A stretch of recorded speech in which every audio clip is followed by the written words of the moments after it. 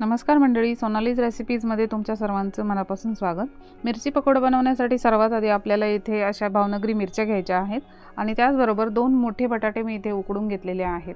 तुम्ही तुमच्या क्वांटिटीनुसार कमी जास्त करू शकता। त्यानंतर आपल्याला एका बाउलमध्ये सगळ्यात आधी बॅटर करण्यासाठी घ्यायचं आहे बेसन पीठ।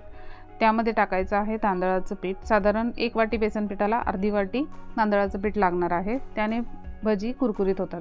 चमचाभर ओवा आपल्याला घालायचा आहे। त्यानंतर यामध्ये टाकायचा आहे किंचित सोडा टाकला तर हळद स्किप करायची आहे। त्यानंतर चवीनुसार मीठ यामध्ये टाकायचं आहे। लाल तिखट तुम्हाला जेवढं हवं तेवढं तुम्ही कमी जास्त करू शकता। मी इथे 1 चमचा लाल तिखट वापरलेलं आहे। आता थोडं पाणी टाकून आपल्याला हे बॅटर व्यवस्थित मिक्स करून घ्यायचं आहे। साधारण याची कन्सिस्टन्सी अशी थोडीशी घट्टच ठेवायची आहे जेणेकरून ते मिरचीला व्यवस्थित कोट होईल। तुम्ही पाहू शकता मी अशी कन्सिस्टन्सी ठेवलेली आहे। आता यावर झाकण ठेवून आपल्याला साधारण 10 ते 15 मिनिटांसाठी हे असंच ठेवून द्यायचं आहे।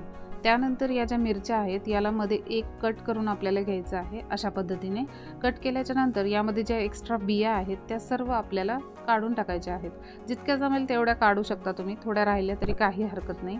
अशाच पद्धतीने मी सर्व मिरच्या कट करून घेतलेल्या आहेत। आता यामध्ये जे फिलिंग आपल्याला भरायचं आहे तो मसाला आपण प्रिपेअर करून घेऊयात। तर सर्वात आधी जे बटाटे उकडून घेतलेले होते ते मी अशा पद्धतीने प्लेटमध्ये घेतलेत।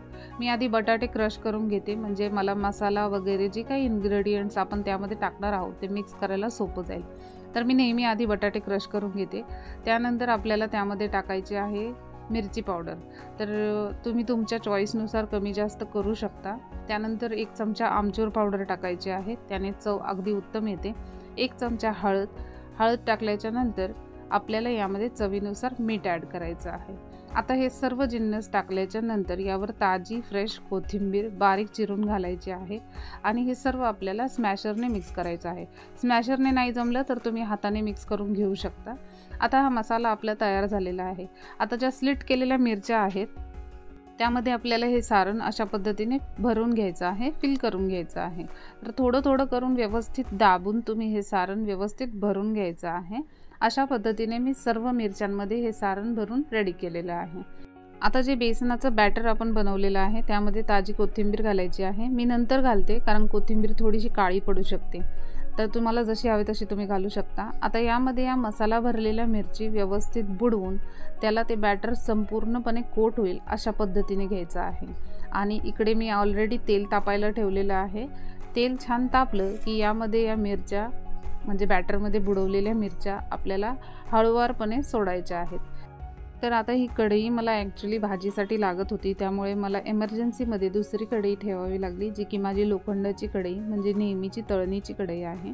तर मी या मिरच्या त्यामध्ये ट्रान्सफर केल्या तेलासहित आणि आता या मिरच्या साधारण 7 ते 8 मिनिटं आपल्याला मंद आचेवर छान फ्राय करून घ्यायच्या आहेत। जास्तीत जास्त 10 मिनिटं तुम्ही फ्राय करून घेऊ शकता।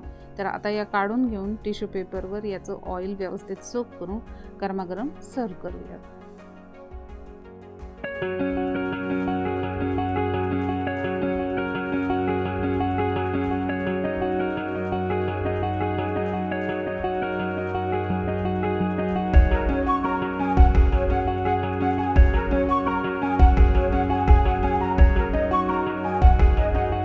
तर अशी होती ही आजची रेसिपी। व्हिडिओ आवडला असेल तर लाईक, शेअर आणि सबस्क्राईब करा। आजच्या रेसिपीमध्ये एवढं, भेटूयात पुन्हा एका नवीन रेसिपीमध्ये। तोपर्यंत धन्यवाद।